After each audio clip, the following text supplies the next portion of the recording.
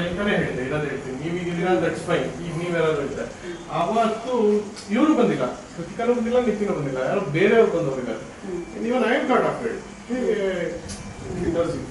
If you are a tenant of summer, ಯಾರೋ ಬಂದು ನಿಮ್ಮ ಮನೆಗೆ ನೀವು ಯಾರು ಇಲ್ಲದೆ ಇದ್ದಾಗ ಪಾಪ ಇವ್ರು ವಯಸ್ಸು ಅದೇ ವೈದ್ಯ ಇಲ್ಲ ಯಾರೋ ಸೇರಿಸ್ಬಿಡ್ತಾರೆ, ಇದ್ರೆ ನಾನು ನೋಡ್ತೀನಿ ಏನಾದ್ರು ಬೇಡ ಅಂತ ಹೇಳಿ.